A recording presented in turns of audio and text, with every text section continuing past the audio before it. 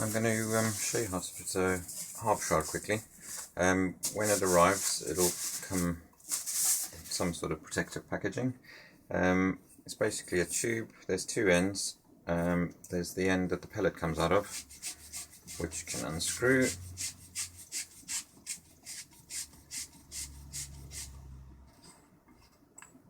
There's that end. And then there's the end that goes around the magazine catch.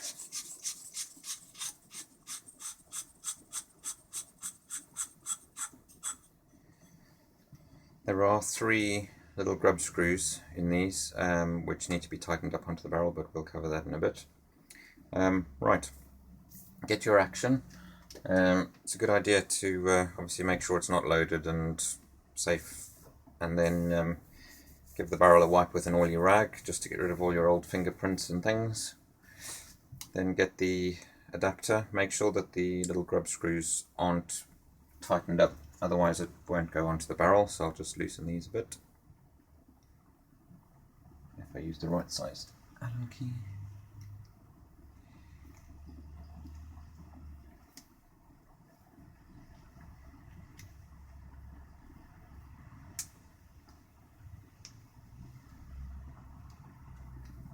Right. That should be good.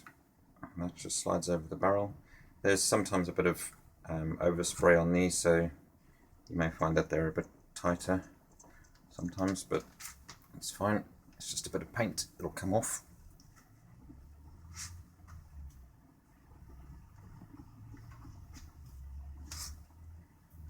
Alright, that slides on. You may find on some rifles where BSA have stamped the barrels saying BSA England, blah blah blah, it can be a bit tight because it raises up the metal a bit.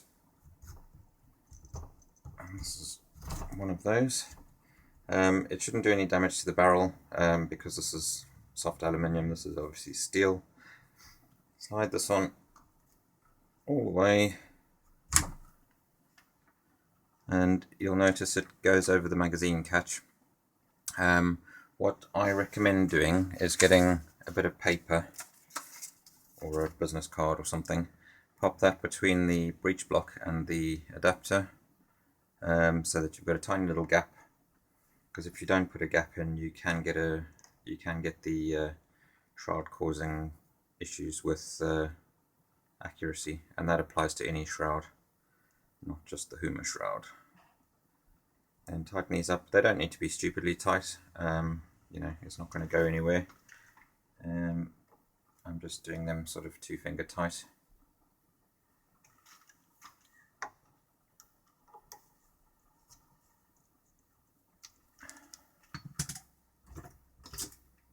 Right, I'll tighten that one in a bit. I can't get to it now. Right, then your tube. Again, you know, there may be a bit of overspray in there, but it's not the end of the world. They do come with some lube in them, just to help things along. And that's the end. Normally if it's a 2.2, it's marked 2.2. The 177 obviously aren't marked. They are caliber specific, the harp shrouds, and that's for a reason. The tighter the hole, the quieter a shroud or silencer is. So if you using a 2.2 shroud on a 177 rifle, it's not going to be as quiet as a 177 shroud on a 177 rifle. And likewise, if you try and use a 177 shroud on a 2.2, there's a chance that you'll have issues with clipping because the hole is obviously set up for 177. So if you're buying one second hand, make sure it's the right caliber. Right, I've just screwed that on the end. The very early models had a plastic one of these, the newer ones have aluminium. Right, this tube should just slide over this. Just take it easy when you're going over the threads, and then there we go, it should just slide all the way on. It does sometimes help if you get a bit of a twisting motion going on. And then that screws onto there.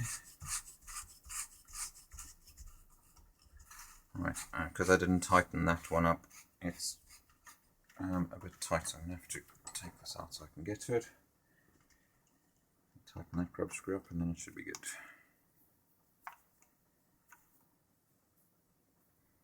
going to cut corners for the sake of the video, and it's bitten me on the backside.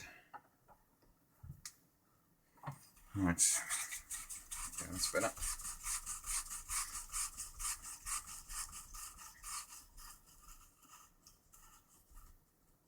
Right, again, doesn't need to be stupidly tight, it's not going anywhere.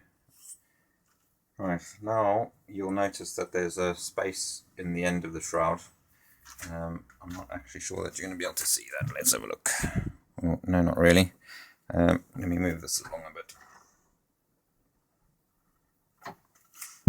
That's better. Right, now you've got the end of the shroud. What you can do is you get 3 little rollers, a couple of baffles that look like washers, and then you get some wadding material. Take one of your little rollers, take some of the wadding, and wrap it nice and tightly around the roller. Keep going until it's all done. Right, then you pop that into the end of the tube. Give it a bit of a twisting motion so that it doesn't all bunch up. There we go. And then push that in all the way. Then you want one of the baffles. Just make sure these are 2-2 before I put them in.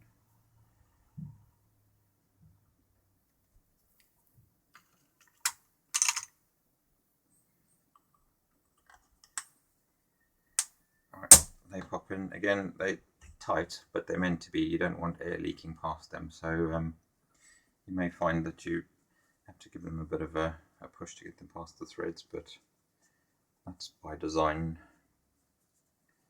Next roller, wrap it in some felt, twist that in.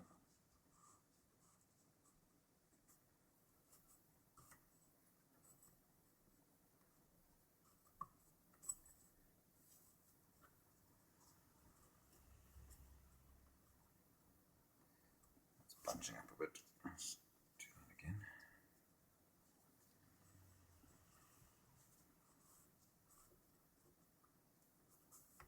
Right, push it all the way in. Another baffle.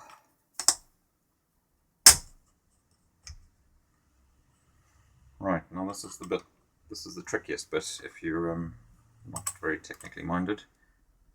Make sure that's all pushed in nicely. There is, I don't know if you can see it on the camera, but if I put it in, the end of the tube is about there, so it's about, I don't know, 5 mils too long. So what you need to do in this case is to shorten this. I won't show you how to shorten it, but what I will do quickly is show you what I do. You don't have to do this, this is just me being fussy. I lever this end off of the roller. It's just crimped onto the actual roller. Some of them are easier to get off than others, but you just lever it up a bit and go around. It should work loose. Obviously, if you're going to use a Stanley knife like I am, just be careful because it's sharp. In fact, I wouldn't recommend using one. I'm only using one because it's the first thing that came to hand. Right, there you go, that's the end off. Right, so I'm going to pop this back in, push it all the way in, count how many rows I need to cut off. In this case it's 2. I'm then going to cut it off.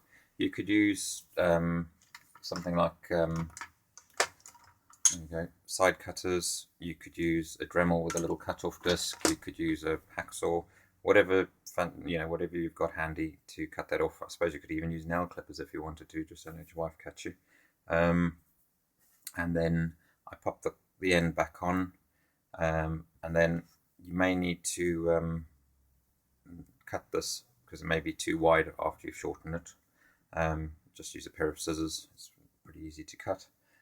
Once you've shortened it, pop it in with the felt on, bearing in mind that this cover, this end cap, goes over the roller by a bit, so you will obviously need to shorten. When you shorten this, you need to take into account that the wadding needs to be shorter by a few mils. Right, once that's in, you can screw the end back on. Again, it doesn't need to be stupidly tight, finger tight's good enough. And then I would dry fire it a couple of times just to make sure all the loose bits are blown out of the way. And then go and shoot it. They are quieter with the pellet in than they are without.